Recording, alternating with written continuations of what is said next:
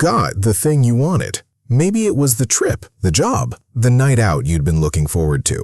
You got there, and somewhere between anticipating it and actually being in it, something went quiet. Not sad, not disappointed exactly, just flat. Like the feeling that was supposed to be there had already left by the time you arrived. And the strange part isn't the flatness itself, it's that you can't explain it. You still want it, you still want things, you just don't seem to feel much when you get them. There's a reason for that, and it has nothing to do with gratitude.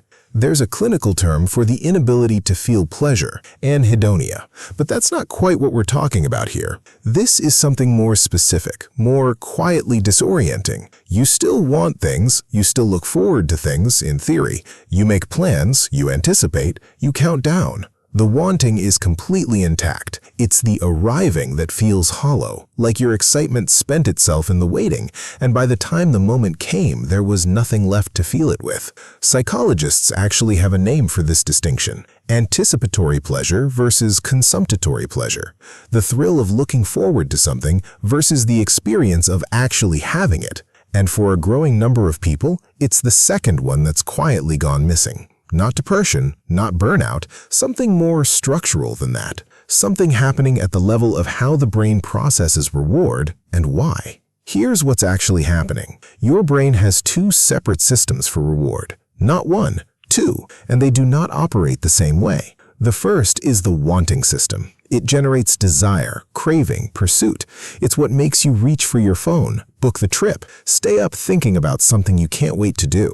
This system runs on dopamine. It is large, robust, and extraordinarily persistent. The second is the liking system. It generates the actual felt experience of pleasure, the warmth, the satisfaction, the sense that something was worth it. This system runs on different neurochemistry entirely. It is smaller, more fragile, and critically, it is not dopamine. Neuroscientist Kent Berridge spent years mapping this distinction. What he found was unsettling in its precision. You can want something intensely and feel almost nothing when you get it. The two systems are that independent. Wanting does not predict liking. They just usually travel together until they don't. Now, add a second piece of research. Dopamine doesn't actually fire when good things happen. It fires when something is better than expected. When an outcome exceeds the brain's prediction, you get a spike. When it meets the prediction exactly,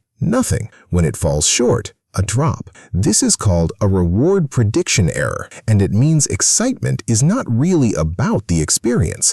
It's about the gap between what you expected and what arrived. Put those two findings together: a wanting system that never stops running, a liking system that only responds to surprise, and a brain that has already modeled in considerable detail almost everything it's about to experience. That gap, the one excitement used to live in, has been quietly closing for a while. Here's the part that's difficult to sit with. The brain was never built to deliver satisfaction. It was built to sustain pursuit. Dopamine's entire function is to keep you moving toward the next thing, the next goal, the next unknown. From an evolutionary standpoint, an animal that felt complete would stop seeking. Completeness was always the danger, so the brain made sure wanting would outlast having every single time. Excitement, then, was never really about the thing you were excited about. It was about uncertainty, the open space between not having something and maybe getting it. That space is where the brain does its most alive feeling. And the moment the outcome becomes predictable, the moment you can already picture it clearly, that space collapses.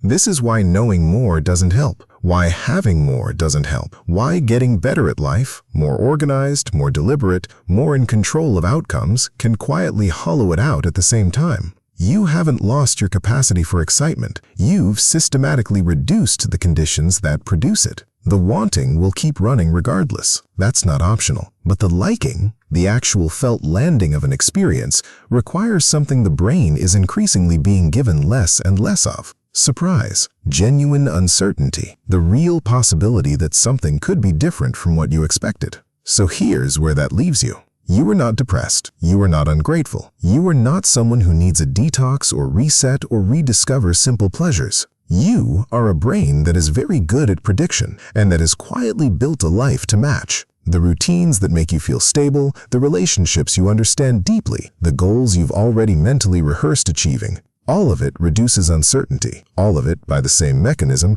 reduces the conditions for excitement to exist. And that's not an argument for chaos. It's not a case for burning things down or chasing novelty for its own sake. It's something quieter and harder than that. It's the recognition that the wanting will always be there, that it was designed to outlast everything you give it, and that the liking, the actual feeling of being alive inside an experience, has always depended on not quite knowing what comes next.